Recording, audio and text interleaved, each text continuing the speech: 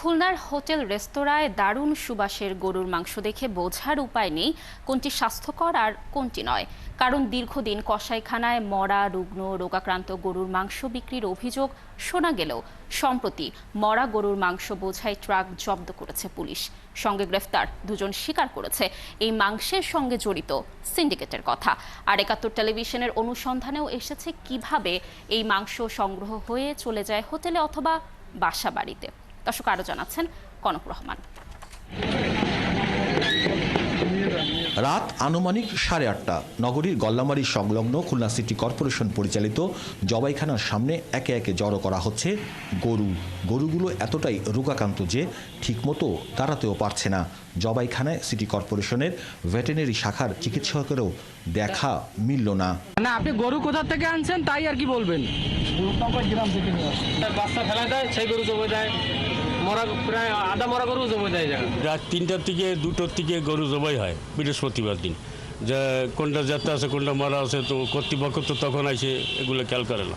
হোটেলে কাটে, দোকানে বেছে, এই জন্য আমরা দেশে 700 টাকা বেশি কিনে আনি, 700 টাকা ওরা বিক্রি করে গরুর মাংস 500 টাকা কেজি। পিকআপ ভ্যানে যে গরুর মাংস দেখা যাচ্ছে তা মরা গরুর মাংস থেকে এতটাই বিকট দুর্গন্ধ বেরোচ্ছিল যে তার ধারে কাছে যাওয়া যায় না। 4 মণের বেশি এই পচা মাংস বিক্রির জন্য নেওয়া হচ্ছিল নগরীসহ আশপাশের এলাকায়। প্রত্যন্ত কয়রা উপজেলায় কয়েকটি এলাকায় বিক্রি হতে দেখা গেছে এই মরা গরুর মাংস। কয়েকজন কসাই জানান, মরা গর্ভবতী গাভী, রোগবালাইয়ে আক্রান্ত গরু জবাই করে বিক্রি করা সিন্ডিকেটের প্রধান গল্লামারী বাজারের কসাই জুয়েল হাওলাদার কালু। ওই কালুই সলেমানের সোয়াল কালুই উনি সিন্ডিকেটটা চালায়। এই সব যত দূর দূরান্ত মাল নিয়ে এসে ও পাইকারি বেচে, মানুষের দেয়, ও নিজে বিক্রি করে। এই সাতক্ষীরা, কালীগঞ্জ, বিনাইদা যেটায় ওই মোষে গরু ছিটলে ফেলায় দেয়, সেই গরু এটাকে উঠে নিয়ে আসে। গল্লামারী সহ নগরীর কয়েকটি গরুর মাংস বিক্রি প্রতিষ্ঠানে যে পচা, বাসি, দুর্গন্ধযুক্ত মাংসের অস্তিত্ব পাওয়া যায়। মাংসের গায়ে নেই সিটি কর্পোরেশনের কোনো সিল। এসব মাংসের বিষয়ে জানতে চাইলে দ্রুত তা সরিয়ে ফেলেন বিক্রেতা।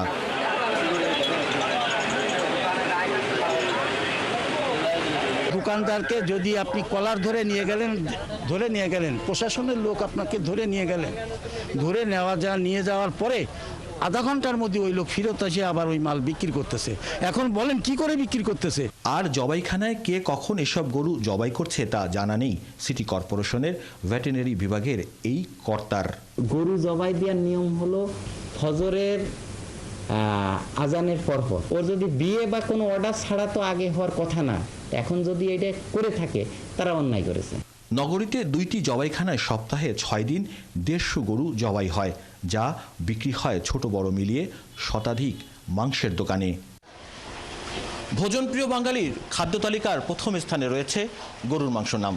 বাহারি স্বাদে আর নানা নামে এসব গরুর মাংস খাচ্ছি আমরা হরামেশাই। হোটেল, রেস্তোরাঁ আর বাসাবাড়িতে আমরা যে গরুর মাংস খাচ্ছি, আপনি কি জানেন তা কতটুকু নিরাপদ ও স্বাস্থ্যসম্মত?